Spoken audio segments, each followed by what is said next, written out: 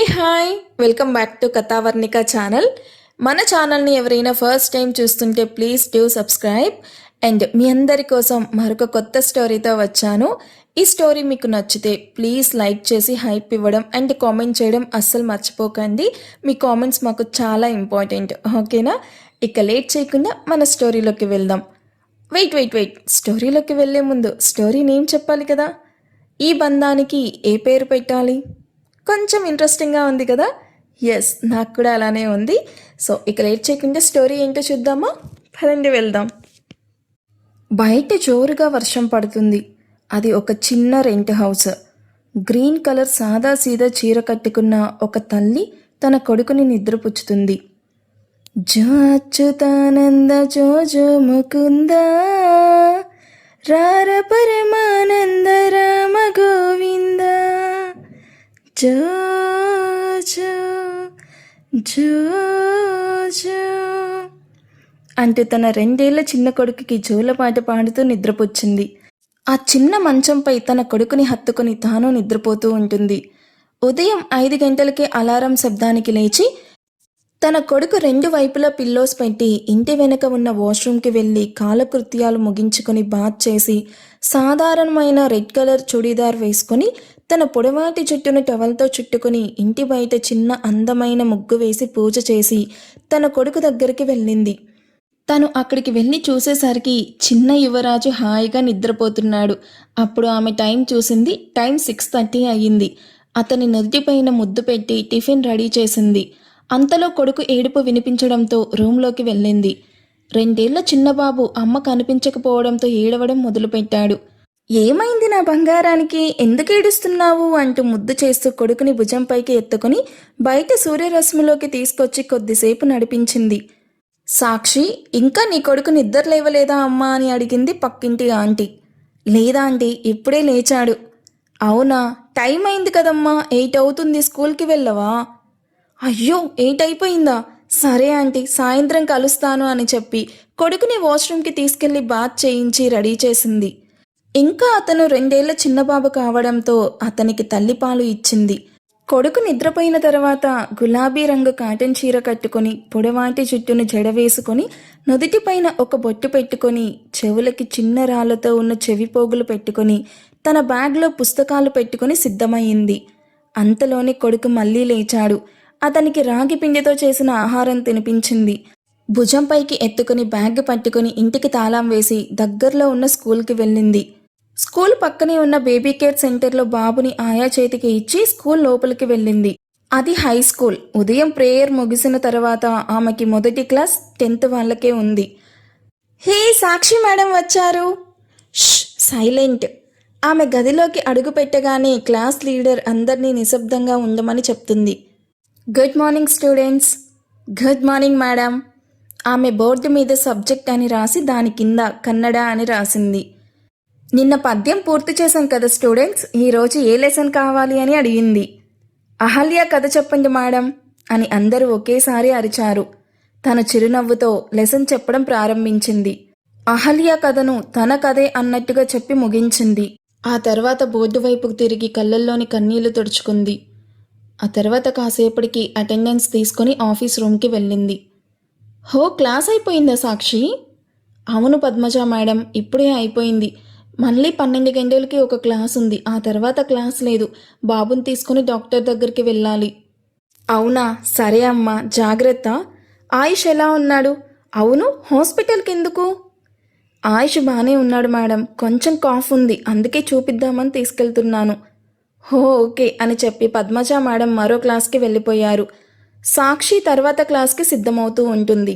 అంతలో black colour car నుంచి 6 అడుగుల ఎత్తు, దృఢమైన శరీరం, గోధుమ రంగు కళ్ళతో ఉన్న అందమైన హ్యాండ్సమ్ హీరో దిగాడు. అతను వేసుకున్న గ్రే కలర్ సూట్ అతని కోసమే కుట్టించినట్టుగా ఉంది. తన బ్లేజర్ను సరిచేసుకుంటూ ఆఫీస్ ముందు దిగాడు. అతని Tanmay group of company CEO. తన చెల్లిపై ఉన్న ప్రేమతో ఆమె పేరుతోనే ఈ కంపెనీని స్థాపించాడు. తన్మయ్ గ్రూప్ ఆఫ్ కంపెనీ ఇప్పుడు కర్ణాటకలో టాప్ 1 కంపెనీ. గర్వంగా చూసుకుంటూ లిఫ్ట్ ఎక్కి తన ఛాంబర్కి వెళ్తాడు.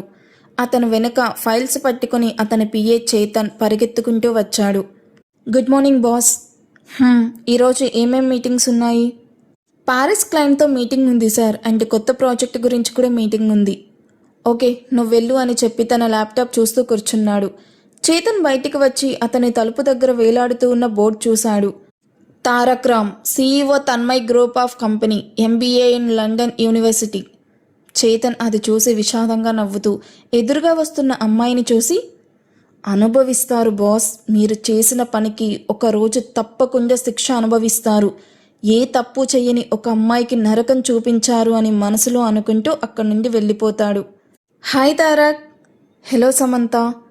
తన్మయ్ నిన్న రాత్రి కాల్ చేసింది. ఈరోజు డిన్నర్కి తాజ్ హోటల్కి ఇన్వైట్ చేసింది. నువ్వు ఫ్రీగానే ఉంటావు కదా? కోర్స్, నా చెల్లి కోసం నేను ఎప్పుడూ ఫ్రీనే. సరే, నువ్వైతే ఇప్పుడు వెళ్ళు, నేను ఒక ఇంపార్టెంట్ మీటింగ్ అటెండ్ చెయ్యాలి. ఓకే తారక్, బాయ్ అని చెప్పి వెళ్ళిపోతుంది. సమంత వెళ్ళిపోయిన తర్వాత అతను కళ్ళు మూసుకున్నాడు. ప్లీజ్ నన్నేం చెయ్యొద్దు సార్ అని చేతులు జోడిస్తూ నిలబడ్డ అమాయకమైన అమ్మాయి అతనికి గుర్తొచ్చింది. ఆమె వ్యతిరేకిస్తున్నప్పటికీ ఆమె పెదాలకు తన పెదాలు కలిపిన సంఘటన గుర్తొచ్చింది. వెంటనే అతను ఒక్కసారిగా కళ్ళను తెరిచాడు. ఐ హేట్ యూ సాక్షి, ఎందుకు నా జీవితంలోకి వచ్చావు అని కోపంగా టేబుల్ పైన చేయి పెట్టి గట్టిగా కొట్టాడు. అతని చేతికి గాయమై రక్తం వచ్చింది. అది చూసిన అతని పిఏ చేతన్ పరిగెత్తుకుంటూ వచ్చి బ్యాండేజ్ చేశాడు. చేతన్ బ్యాండేజ్ చేసేంత వరకు తారక్ కళ్ళు మూసుకొని కూర్చున్నాడు. ఈవినింగ్ మీటింగ్ కంప్లీట్ చేసుకొని అలసిపోయి కూర్చొనున్న తారక్కి అతని చెల్లి నుండి కాల్ వచ్చింది. అన్నయ్య ఎక్కడున్నావు? నేను సంతోష్ ఆల్రెడీ తాజ్ హోటల్లో ఉన్నాం. నువ్వు సమంత ఎప్పుడొస్తారు? ఇంకో 1 అవర్లో వస్తాను. ఓకే అన్నయ్య, త్వరగా రా అని చెప్పి కాల్ కట్ చేసింది. అతను తన పిఏ వైపు చూశాడు. అతను ఫైల్స్ అన్ని బ్యాగ్లో పెడుతూ ఉన్నాడు. తన బ్లేజర్ తీసి భుజం పైన వేసుకుని కిందకి దిగాడు. కార్ ఎక్కి ఇంటికి వెళ్ళాడు. ఆ ఇంటి పేరు అయోధ్య నిలయం. కౌసల్య గారు కొడుకొచ్చిన వెంటనే కుకింగ్ చేసే వాళ్ళతో జ్యూస్ తయారు చేయమని చెప్పారు. Good evening ma'am. Good evening Tarak. నేను లేడీస్ క్లబ్కి వెళ్తున్నాను, రావడం లేట్ అవుతుంది అని చెప్పి బాయ్ చెప్పి వెళ్ళిపోతారు. తారక్ ఫ్రెష్ అయ్యి రెడీ అయ్యేసరికి ఆ టైంకి సమంత కూడా వచ్చుంటుంది. వైట్ కలర్ తన వంటికి అతుక్కుపోయిన షార్ట్ ఫ్రాక్ వేసుకుంది. మత్తెక్కిచ్చే అందంతో ఆమె చాలా అందంగా ఉంది. Hi handsome, shall we go అని నవ్వుతూ అడిగింది. అని తల ఊపుతూ అతను కూడా కార్ స్టార్ట్ చేశాడు. వైట్ కలర్ టీషర్ట్కి బ్లాక్ కలర్ బ్లేజర్, కళ్ళకి కూలింగ్ గ్లాసెస్ పెట్టుకుని రఫ్ అండ్ టఫ్ హీరోలా ఉన్నాడు. వాళ్ళిద్దరూ తాజ్ హోటల్కి వెళ్లారు. తన్మయ్ అండ్ సంతోష్ ఉన్న టేబుల్ దగ్గరికి వెళ్లారు. తన్మయ్ తారక్ని చూసి హత్తుకుంటూ, ఐ మిస్ యూ అన్నయ్య. Miss you too baby. అన్నయ్య ఈరోజు స్పెషల్ ఏంటి చెప్పు. ఏంటి తను స్పెషల్ అని సమంత తారక్ పక్కన కూర్చుంటూ అడిగింది. నిన్ను నా ఫ్రెండ్గా, నా వదినగా పొందడం నా అదృష్టం అనుకున్నాను, కానీ వేస్ట్ కదా శామ్. ఈ రోజుకి నాకు సంతూకి పెళ్ళయి 3 years అవుతుంది తెలుసా. హో సారీ, హ్యాపీ యానివర్సరీ అని సమంత ముందుకొచ్చి తన్మయ్ని హత్తుకుని విష్ చేసింది. కానీ వాళ్ళ వెడ్డింగ్ యానివర్సరీ విని తారక్ షాక్ అయ్యాడు. 3 సంవత్సరాల అని మనసులోనే అనుకున్నాడు. ఆ ఒక్క మాట అతని మనసులో 3 సంవత్సరాల క్రితం జరిగిన సంఘటనలను ఒక్కసారిగా కళ్ళ ముందుకు తీసుకొచ్చింది. ఆమెకు బలవంతపు పెళ్ళి, అతనికి పరిస్థితుల వల్ల తప్పనిసరిగా జరిగిన పెళ్ళి. తన్మయ్, సంతోష్, సమంతాలకి మాత్రం లాభమే జరిగింది. వాళ్ళు హ్యాపీగానే ఉన్నారు. మొత్తానికి 3 సంవత్సరాల క్రితం తారక్తో సాక్షికి పెళ్లి జరిగింది. తారక్ ముఖంలో వచ్చిన మార్పుని గమనించిన సమంత వెంటనే తన్మయ్ వైపు సైగ చేసింది. హో సారీ అన్నయ్య, ఆ పెళ్ళిని నువ్వు ఎలాగో మర్చిపోయావు కదా, వదిలేసాయి. ఇప్పుడు నా సంతోషమే నీకు ముఖ్యమైనది కదా. అవును అని చెప్పి ఇద్దరికీ విష్ చేసి ఏం గిఫ్ట్ కావాలో అడుగు అని అడుగుతాడు తారక్. అన్నయ్య, నువ్వు ఆఫీస్ వదిలేసి మాతో పాటు ట్రిప్కి రావాలి. నో, తను ఆఫీస్లో చాలా పని ఉంది. ప్లీజ్ అన్నయ్య అని అడగడంతో ఓకే అని ఒప్పుకుంటాడు. వావ్, థ్యాంక్స్ అన్నయ్య అని సంతోషపడుతుంది తన్మయ్. తర్వాత డిన్నర్ కంప్లీట్ చేసుకుని తారక్ కార్ డ్రైవ్ చేసుకుంటూ ఇంటికి వెళ్ళాడు. మిగిలిన 3 కూడా ఇంటికి వెళ్లారు. శామ్ చూడు, నువ్వు చేసిన ఒక్క తప్పు ఎలా అయ్యిందో. నా మాట విని ఉంటే నాతో పాటు నువ్వు కూడా ఈరోజు 3rd యానివర్సరీ సెలబ్రేషన్స్ చేసుకొని ఉండేదానివి కదా. స్టాప్ ఇట్ తను. నాకు నా ఫ్యూచర్ ఇంపార్టెంట్గా అనిపించింది. మీ ఇంట్లో వాళ్ళకి జాతకం ఇంపార్టెంట్ అనిపించింది. అందుకే అక్కడ నాకు తారక్కి బదులు ఆ సాక్షి తారక్కి పెళ్లి జరిగింది. ఛీ, ఆ దరిద్రపు సాక్షి పేరు చెప్పకు. నాకు వాళ్ళని చూస్తేనే అసహ్యం. ఆమె నాకు కేవలం పేరుకే చెల్లెలు. నాకు ఆమెతో ఎలాంటి సంబంధం లేదు. తప్పు తమలో పెట్టుకొని అమాయకురాలైన సాక్షినే తిట్టారు. ఆ మాటలన్నీ చాటున నిలబడి విన్న తల్లి గుండె మాత్రం మౌనంగా ఏడుస్తూ ఉంటుంది. అయ్యో నా బంగారు తల్లి, ఎక్కడున్నావమ్మా? నా వల్ల నీ జీవితంలో సంతోషమనే మాట లేకుండా పోయింది తల్లి. ఎక్కడున్నా సుఖంగా ఉండు.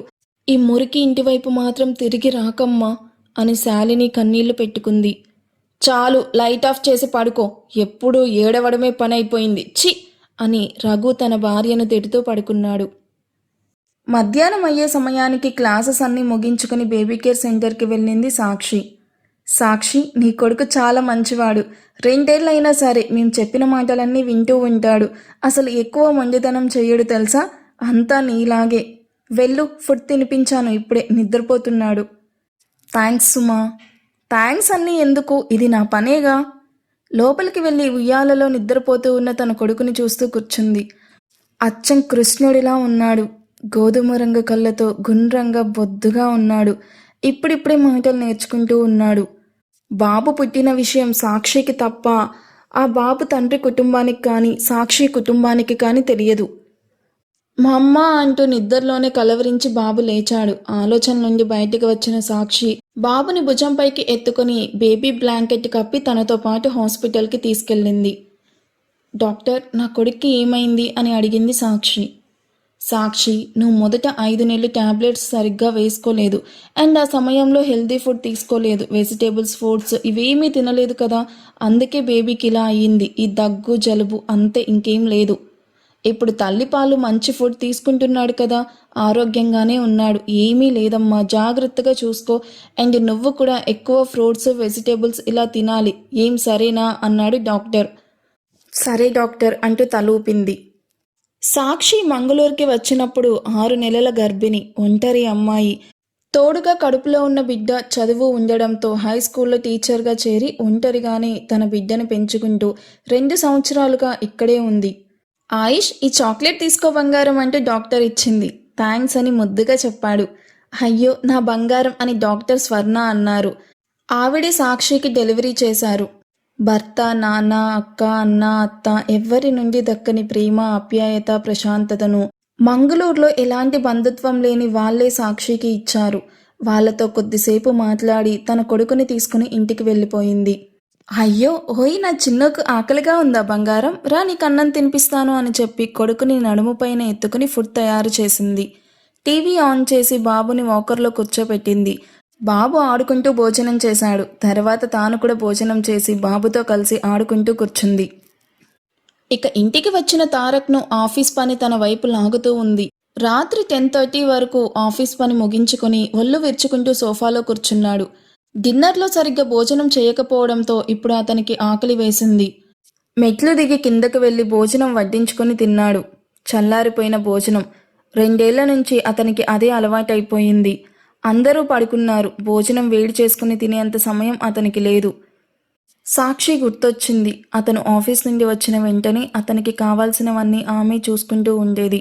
రాత్రి అతను ఏ టైంకి ఎంత ఆలస్యంగా వచ్చినా సరే అతని కోసం వేడివేడి భోజనం సిద్ధంగా ఉండేది. తారక్, నన్ను పిలవచ్చు కదా, నువ్వే వడ్డించుకొని తింటున్నావా? No problem ma'am.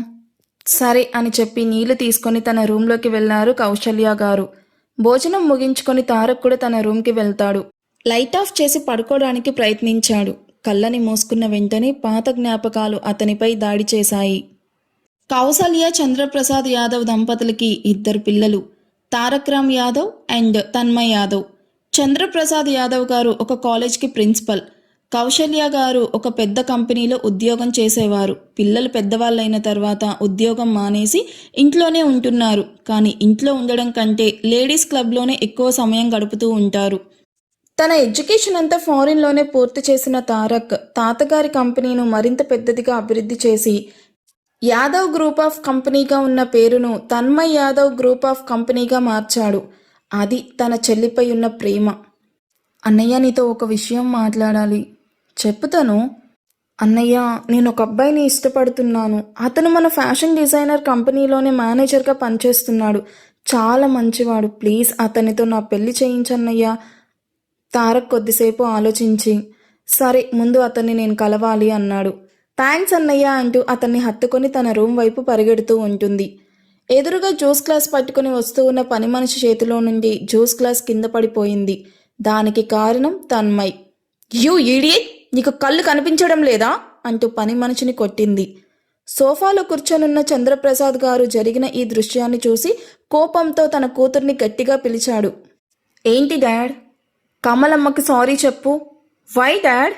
నీకంటే పెద్దవాళ్ళు వాళ్ళు, వాళ్ళ మీద చేసుకోవడానికి నీకు ఎంత ధైర్యం అని అడిగాడు కోపంగా. డాడ్, అక్కడ గొడవేంటి అని తారక్ అడిగాడు.